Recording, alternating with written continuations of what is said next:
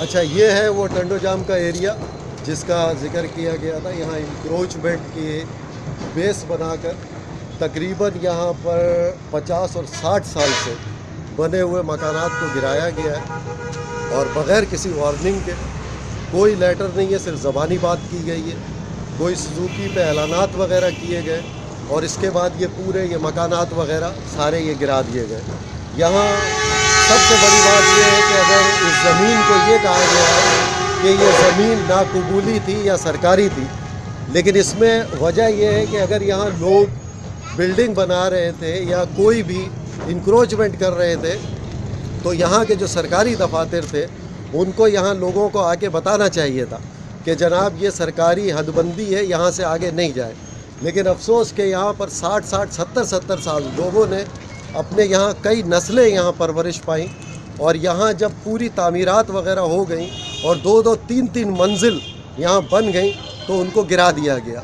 यहाँ लोगों की ये हालत है कि ये बिल्कुल परेशानी के आलम में और कोई भी दादरसी के लिए नहीं है।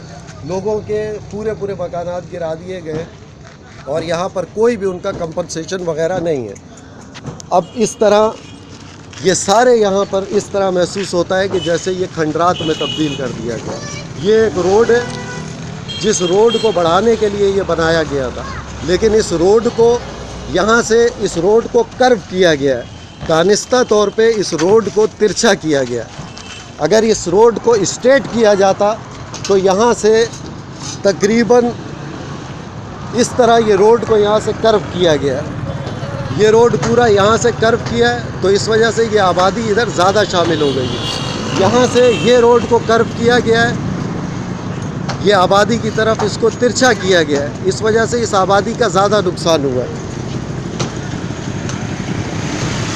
ये पूरी आबादी को इस तरह मलिया मेट कर दिया गया है और यहाँ लोग अब तक अपनी मदद आप के तहत अपना ये सब कुछ सामान वगैरह निकाल रहे हैं।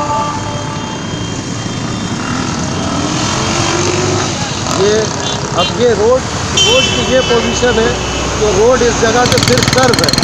वहाँ पे रोड स्ट्रेट है और आगे ये रोड कर्व कर दिया गया। ये रोड कर्व होने की वजह से मज़ीद इस तरफ किया। अगर इस रोड को स्ट्रेट किया जाता तो यहाँ पर आबादी का नुकसान कम से कम होता। तो अब हुकूमत से ये दरख्वास्त की जाएगी कि जो लोगों का यहाँ पर नुकसान हुआ है उनको कोई कंपनसेशन किया जाए। मोहम्मद अरशद कुरैशी, तहरीक TV, कराची, पाकिस्तान।